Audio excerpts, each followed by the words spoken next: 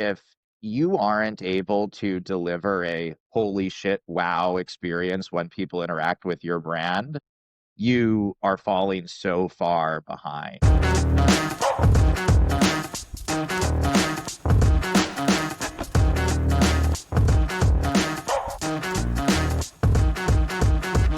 Hey everybody, welcome back to the Evergrow Show. And today's guest is somebody who I'm really excited to have on. Today we have with us Mario Paganini, who's one of the most creative marketers that I personally know and has a super successful track record of taking brands from early stage startups to unicorn status and beyond. Mario's led marketing in some awesome companies like Discuss, Shippo, Stored, Overjet, and has an uncanny knack for creating the perfect balance between brand and demand to skyrocket growth. Mario, thanks for joining us today. Man, well, now I'm gonna have to compete with marketing myself as you just marketed me. But really appreciate the intro, and obviously I'm a huge fan and supporter of your work. So when you reached out to consider me on the same echelon or in the same club of some of the other folks that you've been chatting with, I was excited to do it, and even more thrilled to be here with you and chat about what I've been doing and some of the learnings that I've picked up along the way. Awesome. Well, I would love to kick it off and ask you kind of an open ended question. What are some of the things that you're most excited about right now? So I mean, tons and tons and tons of things. And there's things that are like very specific to what I'm doing right now at Mastion. And we can get into that if you're super curious. But actually, at a macro level, something that I've been thinking about a lot more than ever is that we're in this really unique point in time where it's easier than ever to be pretty damn good, yet harder than ever to be frickin' amazing. And so, what I actually think is going to happen over the course of the next several years as AI becomes more natively part of every marketer's workflow, as the barriers to entry of doing all of the things that for most of our careers you and I have been doing by hand become so easy, is that the space is going to get even more crowded. And what's going to happen is that while theoretically you might be able to look at 10 companies' marketing mix and say, all right, these folks are A plus level, these folks are A minus level, these folks are B plus level, what's ultimately going to happen is that in practice, there's really only going to be the A plus level executors and everyone else. And while on a theoretical academic scale, we might be able to pat ourselves on the back and say, oh, yeah, doing B plus level work is a lot better than doing C level work, and we should be happy about it. What I think we're going to find is that those companies that are doing the B plus level work are not going to be seeing much better, if better at all, results than the folks that are falling flat on their face. And so one of the things that I care a lot about is figuring out what components of marketing truly require expertise and truly require human touch, and refining that as much as possible, and then figuring out how all of these new tools, all these AIs can accelerate that. But I think that the folks who are approaching it in the opposite direction and saying, how can I scale with AI without getting the 0 to 1 components really freaking good, are going to find that they're going to be in a lot of pain in the coming years. Maybe a little more philosophical than you were thinking, but I just can't escape the thought that being good is easier than ever, being great is harder than ever right now. Yeah, and it's so true. I mean, I think what we're seeing right now, first of all, there's just this massive technological shift. And so obviously, I think thinking about it on a macro level is super helpful, just even knowing directionally, like, where are we running, right? What direction are we running in? But I think to your point, because the barrier to entry of doing decent stuff and having a decent output is getting lower and lower, I think, it becomes significantly more crowded in the sense that the signal to noise ratio is really starting to get very, very obvious, and who's kind of leading the charge creatively and who's just kind of doing the same thing as everybody else because now they can. Back in the day, it was do you have the resources? Are you able to execute? Do you have the manpower, the headcount? Now that you don't need as many of these things, I think we're actually really starting to see this shift of like, who's doing the most creative work? Who's doing the most interesting work? Who's standing out from the crowd? And who's just doing the things that they can do now because they have the tooling to do it now?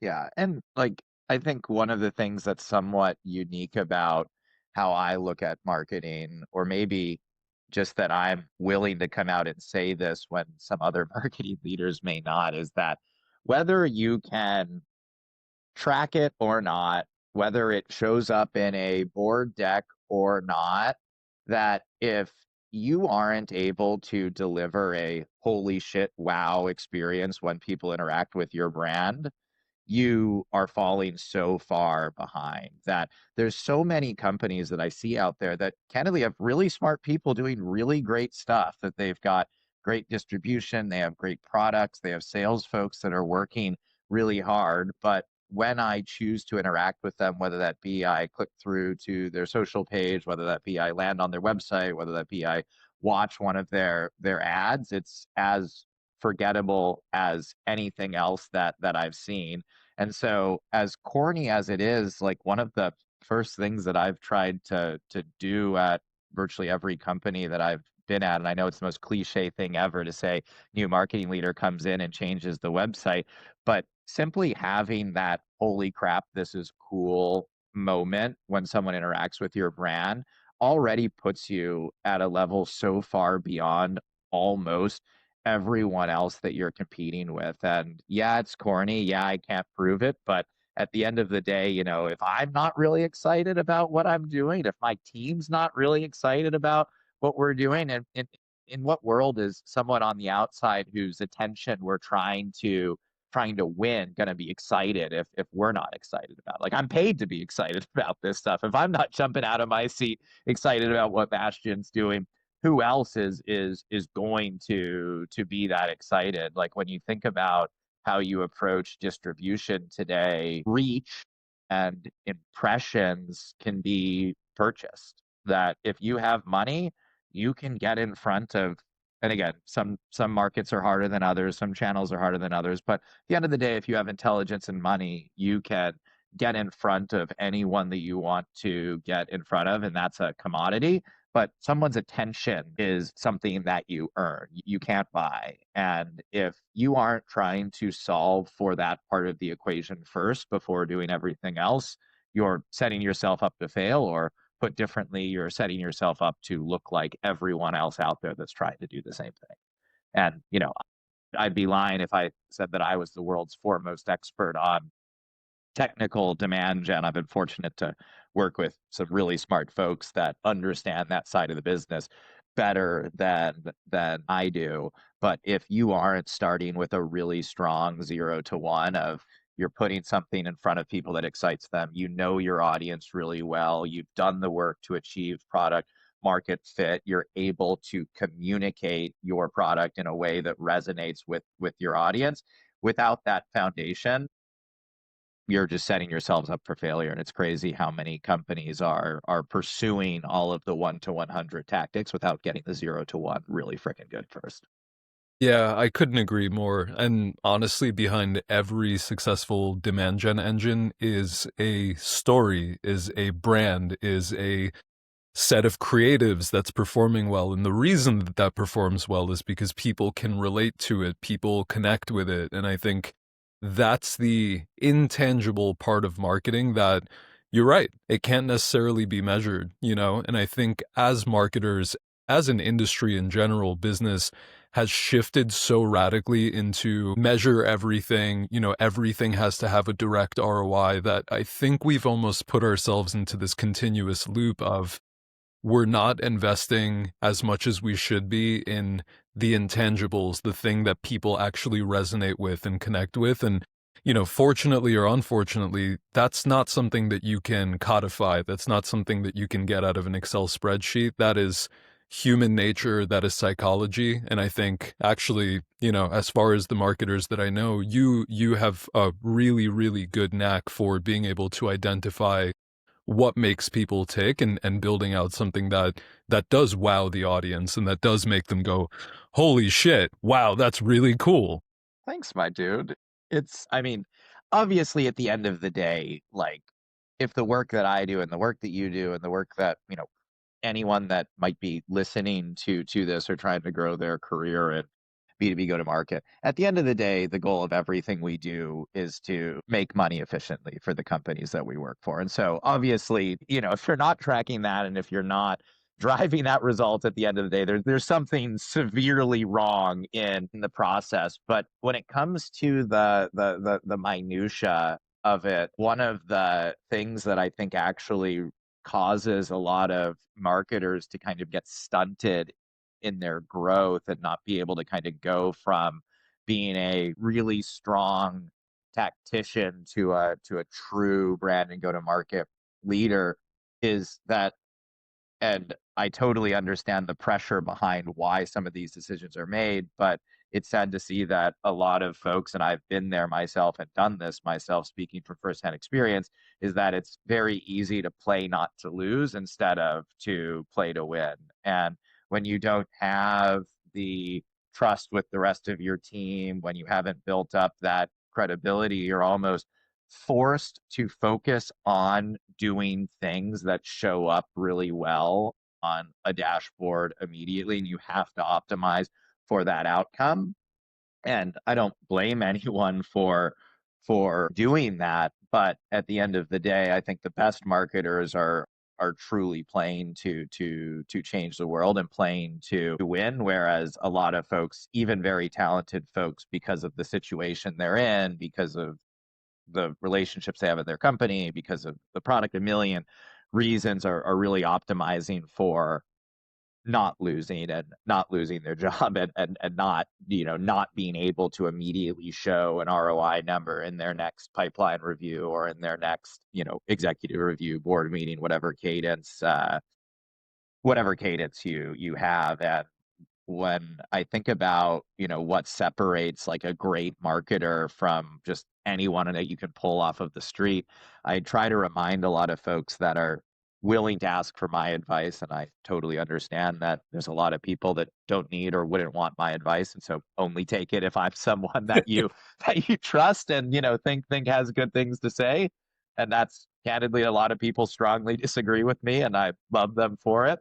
But the difference between being a great marketing leader and doing what some random person you could pull off the street is that as a marketing leader, you're not a tinkerer. That you can take any reasonably intelligent person off the street, and if they think their job is to just spend more money here, spend less money here, and just keep pushing buttons until eventually something works, that's a tinkerer. And I'm not saying that that isn't part of the strategy, but why would a company go out and pay a significant premium, give a significant amount of equity to someone if all they're bringing to the table is, I don't know what's going to work. I don't know what to do. I'm just going to try a bunch of stuff, show you the data, and then the stuff that works, we'll invest more money in. Whereas, like, I think the difference between that kind of outcome and what you get from a true marketing leader is, someone that's done this enough times and someone that has the conviction to say, hey, I'm willing to put my reputation on the line. I'm willing to come to the table with all this experience and say, hey, these are the things that I feel with immense conviction we should be doing. Some of them we're going to be able to see results in this short time horizon. Some of them it might be 6, 9, 12 months before we see results. And I think that that's, if you're a company that's looking to hire a VP or a CMO, if I was that person, I would be looking for the person that comes with that conviction. Yeah, no, totally. I think it was Naval Ravikant that said the biggest sort of shortcut to success is playing long-term games with long-term people.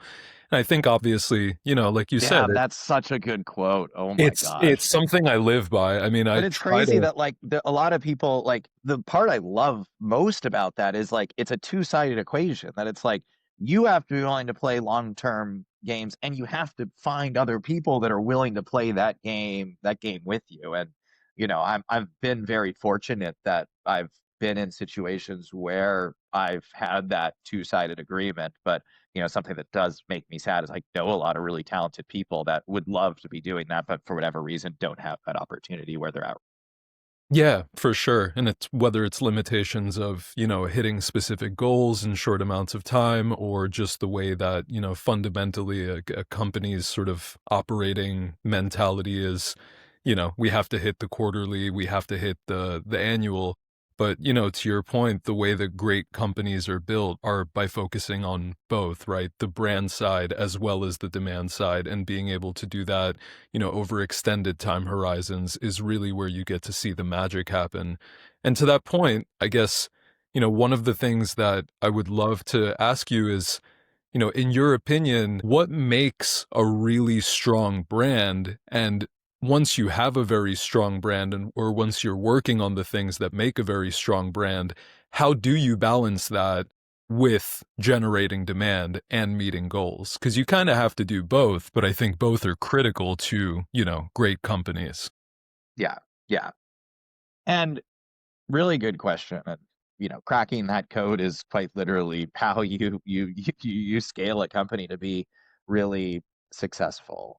And, I think a lot of people think about a brand as like a website or a logo or a graphic, and it's far more than that. It's ultimately how your market perceives you. That is your brand. It's your reputation in the market. And so, to do that really well, it's a combination of a few things. And the very, very first of those things is deeply understanding who your market is. You can have the world's coolest website and the slickest videos and the coolest shit out there, but if that doesn't resonate to the people that you're selling to and trying to influence, it's all for nothing. And so before anyone ever puts, pen to paper or pixel to screen in today's world on anything that's visual, anything that is the copy, the way that you describe your company, the step one is deeply, deeply understanding the people that you're going after. That's not just what they want and what they think. It's most importantly, what are their problems and how can you solve them? Someone that's a lot smarter than me and someone that I've learned a lot from in my career, Chris Orlov said years ago that if I can go and more eloquently describe a prospect's problem to them than they can themselves, I'm always going to sound like the solution. And so that's got to be the very, very, very first component of building a great brand. And then from there, you can actually build out the story that you want to tell. And that story is obviously deeply understanding what problems you're trying to solve, but more importantly, actually framing your solution and ultimately how you do it in a way that your audience is going to understand, but also that they're going to believe. I think a lot of marketers miss out on this component. They're so good at telling a story, they're so good at talking about the value they drive, but a lot of prospects go and look at their content, look at their website, look at what they're putting out and say, wow, that sounds amazing. And like, if that were to be true, that would change my life, but I just don't believe you, either because you don't have enough customer evidence, or in quite a lot of cases, you quite literally don't actually go through the effort of explaining how you solve that problem. And like, I think we've been led astray a little bit with like modern marketing advice to like always talk about problems and solutions and benefits and never talk about features. That I think that's bad advice. It's all of the above. You have to grab someone's interest with the value and how you solve a problem. But if you're not actually showing them in a way that they can understand, here is actually what my product does. Here's how it works. Here's how it's going to work for you, and putting that in a packageable entity that they can look at and say, oh, wow, I actually understand how I would use this product. If I were to use this product, that it would probably do these things for me.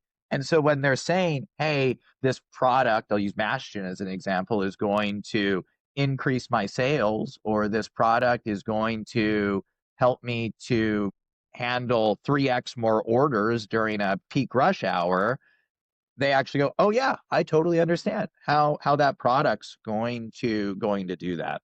And so once you've packaged together that piece too, which is kind of the story and how you talk about it, the final piece, like the very end of this equation, is actually what it looks like. And I'm not a brand designer by trade. I know that some of the best brand designers I've worked with, I've probably driven them crazy by pushing my opinions harder that I should. But as you're building that story, you really want to think about, hey, how do I want my customers to feel about my offering? Is it something that is aspirational? Is it something that's luxurious? Is it something that's hyper practical? Is it something that's really fast? Is it something that's hyper detailed and specific? And wherever you land on that spectrum, ultimately the design decisions that you make should all be backing into that specific outcome. So, for example, with Overjet, where we both have a little bit of experience, one of the things that we learn is that if you think about any dental practice, all of them are striving to deliver this luxury experience for their customers. And that's way beyond just how they are prodding in someone's mouth and they're sitting in a dental chair. And furthermore, if you look at the average dentist, like, yeah, they like to wear their Rolexes. They like to go on nice vacations. They like to see a better version of themselves. And so, as we were designing the Overjet brand, you know, rather than taking cues from other companies or from other tech companies, a lot of the things that we studied was, how does Rolex market? How does Patek Philippe market? How does Louis Vuitton market? How do we deliver that type of experience that makes the customer, makes the prospect feel like they're quite literally buying a better version of themselves when they're buying this product? As another example, a company that I did quite a bit of work with several years ago now, Orderful, which is, again, on the face of it, sounds like the most boring company in the world, but is actually like some of the coolest shit ever. And not to bore you on this, but they've basically solved everything that is jacked up about EDI. And EDI, for, I'm butchering it, but is like a even more archaic form of data transfer in a pre-API world. And it is how the majority of supply chain, retail, and healthcare actually communicates and integrates and communicates across their supply chain. Historically, you've basically entire companies have fallen on their face not being able to solve this problem, and the only option available to them has been to go and work with one of these super high cost, super slow system integrators that will market themselves as having this cool technology, but will just have people on the back end manually building out every individual integration that you need for your supply chain. Whereas Orderful is the first company that just said, hey, why can't we make this into a platform? And why can't we be this one hub where we've integrated with every single touch point you need in your supply chain? So you just connect with us once, and that unlocks integrations that you need. If you need to sell through Target, we're integrated. If you need to sell through Walmart, we're integrated. If you need to work with this specific freight carrier, we're integrated. And so, one of the big aha moments that we had when working on that brand was, they have this such cool tech, and it's such an archaic and deeply detailed industry that they want to talk about all of these little ins and outs and nuances of EDI, which are important at some point in time. But I almost had to like shake the CEO. I'm like, Eric, it's speed. You guys are literally like not 2x, not 3x, like 50 times faster than the competition. And if I could just tell one thing to one person about what you do, it is, we solve your EDI problems 50 times faster than any of the competition. And literally making that one change to aligning the brand and the messaging around speed, and then built like building all of the graphics on the website to evoke speed, making sure the website loads really, really, really freaking fast. That's how you both communicate and show speed. And in terms of how do you build that out in combination with demand, ideally, if you've gotten all those pieces right, then you should see almost immediately that almost anything that you're running, you should see better time on page when people are coming to your site. You should see higher conversions. The assets that you're actually putting out across whichever channels you're running on, whether that be LinkedIn, whether that be Meta, whether that be Google, whether it be direct mail, should all start performing better. And like we can have a whole separate conversation around demand in terms of like what is right for each company. Ironically, like the channels that were really effective at Overjet, it's are candidly really not effective right now for us at MassGen. And so there's an element of figuring out, like rather than saying, hey, I see other companies doing a lot of Google ads or I see other companies doing a lot of LinkedIn, it's a case of figuring out, okay, for your audience, where are they? Like where can they be influenced and building your strategy around that? But I know that's a lot to chew as it relates to your big question. So I'll stop there, but happy to like, go deeper on demand or any piece of it if you're curious. Yeah, for sure. And I really love the point that you made that, brand is this sort of big, somewhat intangible kind of thing, and you have to get it right in order to be successful as a company, but it's actually composed of these like somewhat tangible aspects. And I think what's even more interesting is, you saying that you can tell an amazing story. You can sort of craft this vision and convey it to the customer, but unless you can build the confidence in your customer to have them actually believe that you can solve that problem that you're claiming to solve through very, very concrete examples and, talking about some of the features and showing in practice how they work, that there's this huge gap between what you're selling and then what the customer believes that you can accomplish for them, which I think is fascinating. And I think I haven't actually heard it conveyed that way. So I do appreciate that sentiment. And again, a lot of what I talk about and a lot of what I've become known for over the years is this kind of like intangible stuff. And I candidly wouldn't blame someone listening to being like, this guy sounds like a snake oil salesman. He's pitching me this great thing, but I don't know what to do about it. And that's a totally fair comment and criticism. So, but Track to record speaks for itself. make this more tangible, let me give another piece of like anyone at any company can do this tomorrow. And if you put effort in, it will improve your brand, even though brand is somewhat intangible. Very simple exercise. Simple to do, might not be easy to execute on, depending on your situation. Literally, take a piece of paper, take a Word doc, take a Google spreadsheet, wherever you can jot stuff down, and write down the top 5, 10, 15 ways that your prospects and customers interact with your brand. And that might be different for different companies, but that's visiting your website, that's interacting with you on social, that's talking to your sales team, that's the process of booking a demo or scheduling time to talk with your sales team. That's when someone calls in to your support. Maybe you're a big physical trade show company. That's how they interact with you at your trade show booth.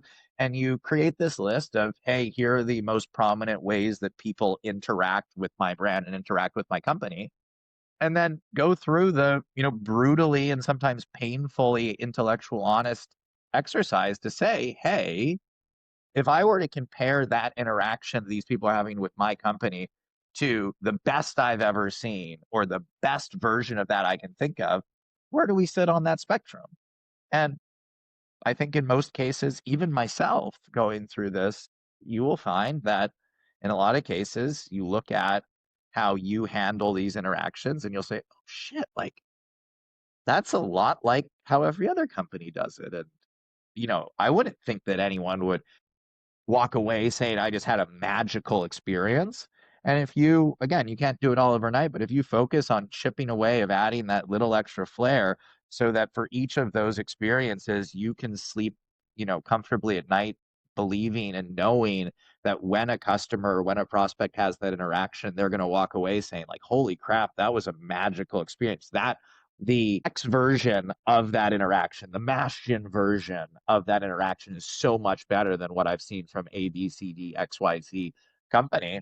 You do that, you put that effort in, you chip down that list over time, 2, 3, 4 months later, people are going to think of you as having a really strong brand. Because again, brand's not just what your website looks like, it's how your prospects and customers in the world perceives your brand. And that's a very tangible way of delivering on this very intangible, abstract concept of how do you build a great brand.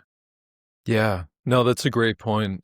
And something that I think about a lot just in the world of brands is like how do you create delightful experiences? How do you get people to talk about their interaction with your company outside of being incentivized to do so? So obviously there's referral programs, there's influencers, there's all kinds of things.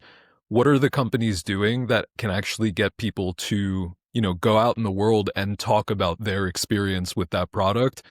What are they doing right? How are they doing that? What's that secret sauce? And I think that's definitely something that also very much so plays into, kind of this larger aspect of a brand and, how you build one over time. 100%. And the bar is candidly pretty low that it like a lot of people think it's a bad thing and they get scared by the fact that their prospects are being hit up and borderline accosted by more brands and more marketing and more salespeople than they can count. And yeah, that does create a lot of noise. And yes, that does make it more competitive for you as the brand to win your customers or your prospects' attention. But at the same time, if you have, you know, 15 different salespeople reaching out to you per week, and 14 of them are doing more or less the exact same thing, and one out of those 14 people did something different. They went and they researched, they found, hey, oh, I realized that Mario really likes this sports team, and they paid $100 to get even like a backup player on that team to record a cameo about why this would be such a great fit for me. That's the one out of the 15. I'm going to be like, wow, that's so cool. I'm going to put that in Slack. I'm going to share that with other people. And, again, does that guarantee I'm going to buy whatever they're selling? Like, candidly, no. But I guarantee you that's going to be the one out of the 15 that I am going to actually even remember what they sent me and interact with. One of the things that we're testing out right now at Mashgen for our ICP, especially selling into these convenience store chains, which is like really the bulk of our business, for better or worse. That ICP is very, very scarcely on digital. So there isn't like a direct path to, spending more across the big three digital channels and driving more pipeline. So direct mail is becoming a fairly big piece of our strategy. And you can say the same thing there. Like, every time I open my mailbox, I've got more crap than I know what to do with, and 90% of it gets thrown out without reading it. So we recently found a company that makes these boxes that open up, and when you open up the box, it actually has a integrated video screen in Mm, the box. And so you open it up, you pick out a gift, you have a handwritten note, and then you're greeted with like a personal video from one of our salespeople actually talking through why they felt like this person specifically, like why Phil would be a great fit for us to reach out to. mm. So again, there's no one magic bullet, but across any, like I would almost encourage people to do less total tactics and focus on finding ones that are going to be a really good fit for your ICP and figuring out how to do those like really, really, really, really, really well, rather than, going out and trying everything. And then what happens is you go and, you do B+ level work across 16 different activities. And then you realize like, oh crap, like none of these really work. Like what do I do now? It kind of goes back to what I led with, that it's easier than ever to be pretty damn good, and it's harder than ever to be fucking amazing. And so, I'm certainly one that believes in doing less total things and doing them really damn well. Yeah, for sure. And I think, vertical sort of expertise always trumps horizontal real estate presence, right? Like if you're doing a million things, you can't possibly do all of them well, and then all of a sudden the results are showing that things aren't working out, and then you're wondering why, and it's because you're not investing the time, the energy, the resources, the attention into that one thing. And then that also goes back to your point of like choose the thing to have conviction about, right? It's not about being lukewarm on a bunch of different things. It's about being certain about that one, two, three things, and then doubling down on those and really make sure that Yeah, you're being the best. I mean, right now, like we're seeing that with cold outreach, right? My email, my LinkedIn inbox, it's all flooded with some variation of like AI personalized content. I'm like, okay, like I get it. Maybe that first line is clever, or like, the AI read the last thing I posted on LinkedIn and, created its own opinion about it. But like, really, I'm not seeing a lot of brands doing differentiation super well, and it's always the ones that go the extra step, and even if it is automated, making it seem like it's not, or really trying to touch on something that I deeply care about, those are the ones that are at least going to make me pay attention, because attention is it's probably one of the scarcest resources we have between, you know, everything that's going on digitally and just everything that's going on in the world. Everybody's focused on so many different things. So, like, what's the thing that's going to make me care? That's a good start. And then we can figure out what the sales pipeline looks like, right? Totally. It's again, I think I even said something similar earlier that so many of the things that we work in as B2B go to market people are commodities. You can get more salespeople, you can get more ads, you can spend more money, you can go to more trade shows. So essentially reach in whatever form you want is a commodity. Attention is the furthest thing from a commodity. Attention is earned, not bought. And there's no amount of money that is going to win someone's attention if you don't give that person a reason to give a shit about whatever you're doing. Like I posted something on LinkedIn the other day, had three people like, and again, I almost do like a double take because like, you get like the standard like LinkedIn like suggested comments of like, love this, like great thoughts, Mario. And so like, of course, like I expect like those types of things. But like I got three people commenting the same thing, but like the comment was like actually like pretty unique. And I was doing a double take and I'm just like, geez, the AI is crazy these days. I mean, it's getting good. I've actually been talking to a lot of folks, and I think coming to the conclusion quite a bit that AI is getting so good at being good, or like even almost being perfect, that I think as humans we're starting to recognize those patterns, and we're like, oh, that's too good. It's got to be a computer, right? Or like it's got to be a robot. And now the pendulum's starting to swing the other way of like, I like the typos. I like the lack of capitalization. I like the stupid human quirks that we used to Totally. stay so far away from, especially in B. And then you realize that like we kind of miss that. Like our humans as a species has not evolutionarily moved away from wanting genuine human connection, and genuine human connection and being human inherently is flawed. And so I think the more perfection we see, the more we're starting to kind of like move away from that and question it and be skeptical of it. Yeah, it's and again, like it's how you might get the wrong takeaway from a lot of what I say. Like I feel like a lot of what I say comes across as like being like an AI skeptic, and actually I'm the furthest thing from it. It's more of like how you use it. But to double on what you just said, the things that you can do now as a marketer that you couldn't do even 6 months ago, it's crazy. Like just to because all of almost everything I've said has been around like doing the things that are uniquely human, playing to your strengths, don't use AI. So now I'll give an example of something that we use AI for a lot and is actually like radically successful. So I was going to like ask, so yeah, perfect segue. okay, good. Okay, we're thinking we're thinking the same way. So one of our most prominent verticals at MassGen, probably our second biggest one behind convenience stores, are sports stadiums. So we're in like 70+% of all pro sports in the United States, which is pretty crazy, both from a success standpoint. And it's also a great marketing thing in that like a lot of our customers and other verticals like first experience us if they're going to a Giants game or a Knicks game and they happen to see Mashed in there. But like one of the things that we actually have used to really good effect in getting into to new stadiums as we're prospecting into them is we actually Nano Banana has become so good that we can either if we have someone locally there, or if not, we just pay someone we know a little bit of money. Most of the time we just buy them a ticket to an event. They'll go and they'll actually take pictures of different points of sale and concession stands within that stadium.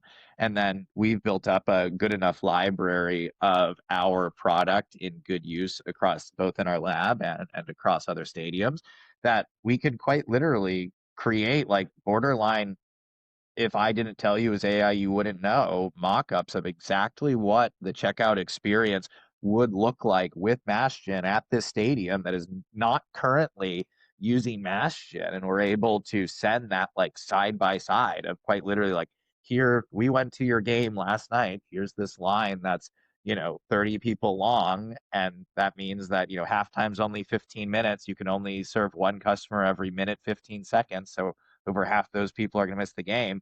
Here's what it could look like with MassGen. And they're almost like, did you go and like illegally put your machines in our stadium? It's incredible what you can do on the digital and video side. Like, you know, I've and I think you too, like one of the things that like I think originally you and I bonded over as we were first getting to know each other is like the challenge of marketing to semi or non-traditional industries where if we're selling to other marketing leaders, I don't want to say it's easy, but it's straightforward in the sense of like we know where they are, you can reach them on all the channels, like anything in your quiver you want to fire, you can target VPs of marketing. LinkedIn, Google, Facebook, connected TV, billboards, like you name it.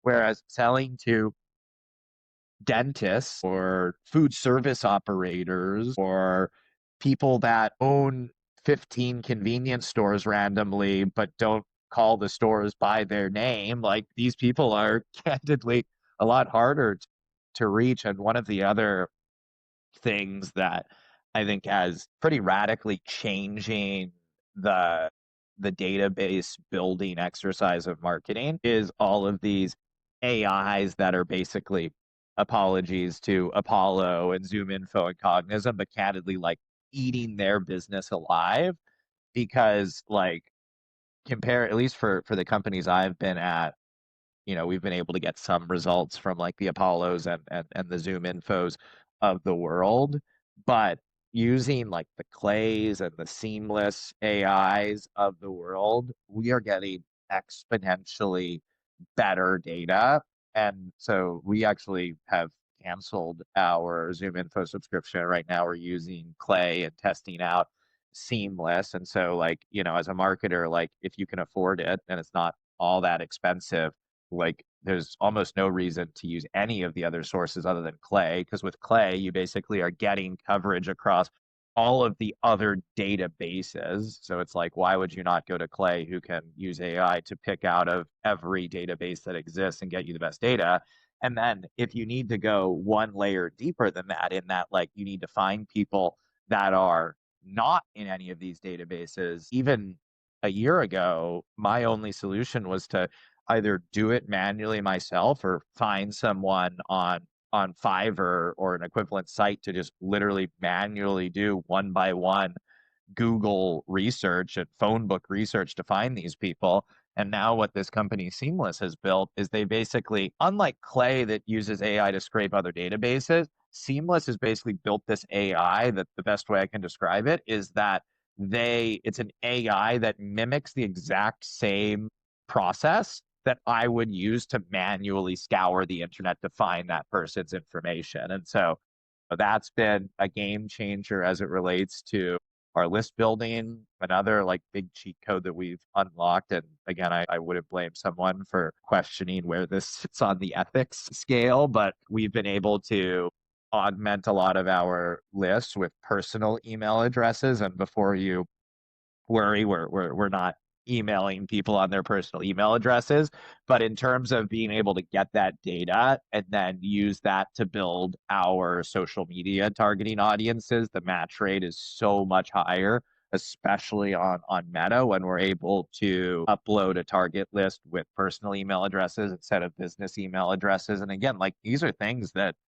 quite literally, like, I don't know, a year or two ago, I couldn't even imagine doing outside of just like, quite literally like spending dozens of hours manually researching this or paying someone to do the equivalent. Yeah, it's crazy to think about even, us working together at Overjet and like all the other companies that I've worked with in my career, I just think like if I had what I have now, then wow, like it would have saved a lot of time and energy and stress. But yeah, it's really interesting to see. Obviously there's a huge potential upside to your point. Like relying on AI solely without the human creativity aspect is a huge potential trap, but using it to the trope of like 10xing, right, like x what you're already doing or 10x the creativity. I mean, there's so much opportunity.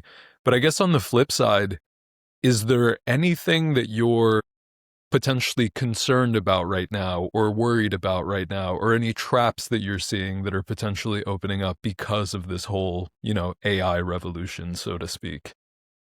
Good, good question. Um, I'll maybe put it into a couple different buckets. Like there's like the kind of like ethics side of it, and there's people that are like way smarter that have like made great careers out of like quite literally like researching this exclusively. So I'm like the furthest thing from expert on this, but I just talked about being able to, in the matter of quite literally minutes to seconds, being able to pull the personal contact info of almost anyone that I want. And, when I think about like my inboxes, and I'm sure the same is true for you, like I expect that like, my LinkedIn and my, Mario at Bastion email is gonna have, sales content out the wazoo. And why I always laugh when I see other go-to-market leaders getting mad at people selling to them. I'm like, what the hell do you think we're doing here? It's like your people are doing the same thing. So it's like, totally fair game. And like, I expect it. But I mean, the I would say just in the last like 6 to 12 months, the amount of that is making its way into my text message inbox, into my personal email inbox, actually created a new personal email, and already that one is starting to have people getting into it. So again, I have no, stake to stand on as it relates to this, because I am in a way part of the problem. Obviously I have like my boundaries of what I'd be willing to do as a go-to-market leader, but I definitely see like there being like, like I for years and years I was able to like kind of bifurcate my professional life and my personal life, and have my like personal inboxes and personal space, and then my professional stuff, and was totally okay with, you want to sell to me, I'm out there selling to other people, I'm paying people to sell on my behalf, like 100% will never blame you. And like that lives in my professional side of my digital presence. And it really has been this shift where it's trickling more and more over, and I could definitely see that becoming increasingly risky and increasingly upsetting to a point. Like I think that it's like the Spider-Man quote of like, with great strength comes great responsibility, because like us as marketers, it's like we have all the tools in our quiver, we also have the responsibility of using them respectfully. And if we choose not to, the two outcomes that will eventually happen, whether it happens immediately or over a medium to long term, hard to say, but those outcomes are: one, we just completely degrade the trust that we're working so hard to build with our prospects and customers. Two, you know, while tech will always move faster than government and legislation, if we misuse the tools that we have now, we will in the future be complaining about why more aggressive privacy laws have hampered our ability to market. So while I think it's borderline inevitable that as AI advances, there will be more privacy legislation that will limit how effectively you and I and other marketers can use these tools. But in this kind of whatever you want to call it, like period of time where innovation is significantly outpacing legislation, we have the opportunity to use this for good and maybe avoid more strict anti-business legislation that will come. And if that legislation comes one day, like we are the people that probably have no right to be complaining about it because we were the ones that brought it on. On the less ethical side of it, like I think without going into a ton of detail because I feel like we've covered this, candidly, the biggest risk for these companies is investing in the wrong places.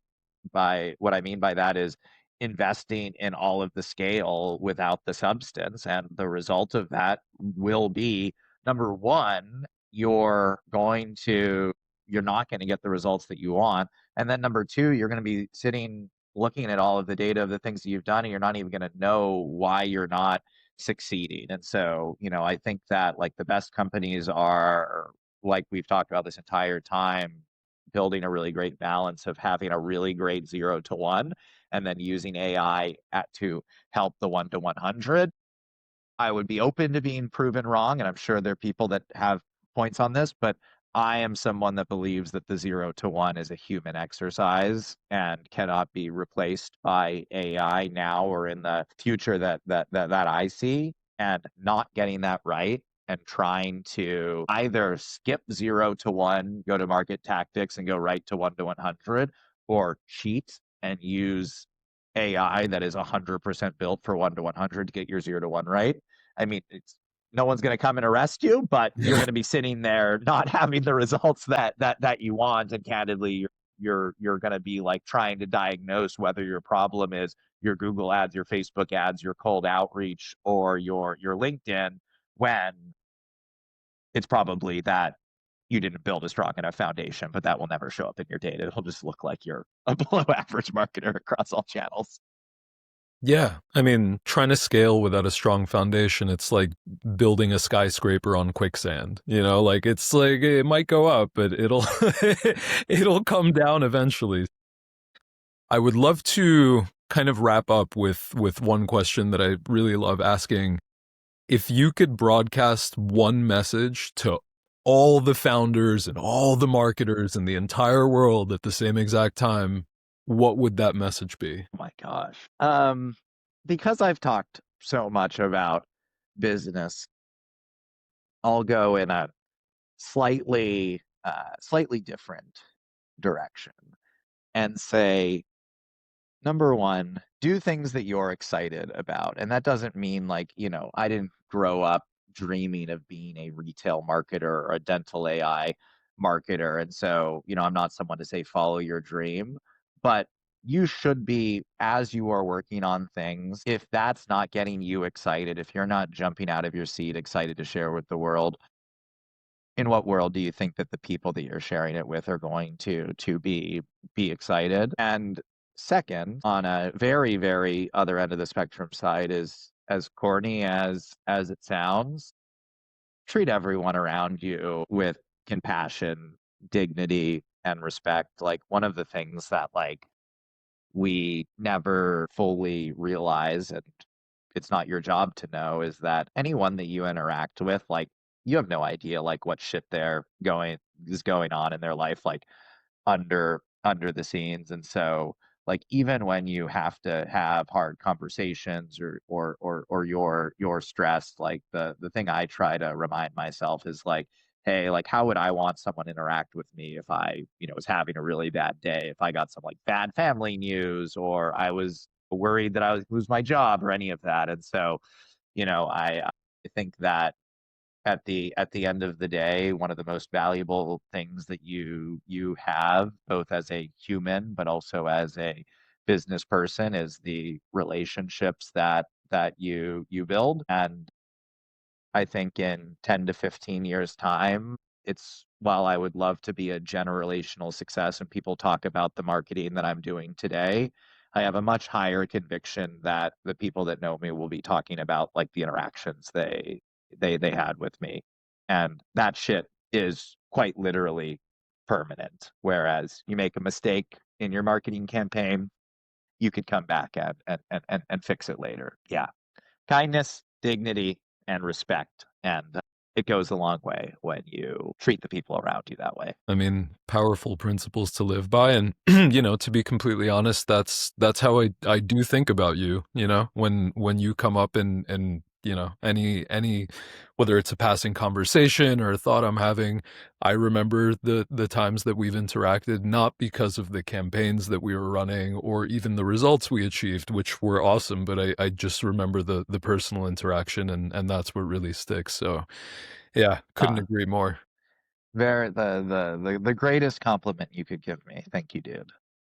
Yeah, for sure. Well, it's been a really good chat, and I know I promised you that I Yeah. wouldn't take up a lot of your time, but I No, know no, we this has went been a over. highlight of my day, so happy to do it. Hell yeah. And if people wanna follow along and follow your journey and, read more about what you're doing or what you're working on, where should they look? I'm a simple man actually. LinkedIn is my only social media. I'm just Mario Paganini there. I recently, and spoiler, I used AI for it. I changed my Super Mario profile picture to Luigi recently. So find me Mario Paganini on LinkedIn. And I know we've talked about being responsible with data, but if folks want to reach out to me, Mario.Paganini at mashton.com and super.mario.paganini at gmail.com for non-work related things. Use that with respect and care, please. So epic. Mario, thank you so much for taking the time. This was an awesome chat, and I can't wait to get this out into the wild. Feel the same way. Thank you, Phil.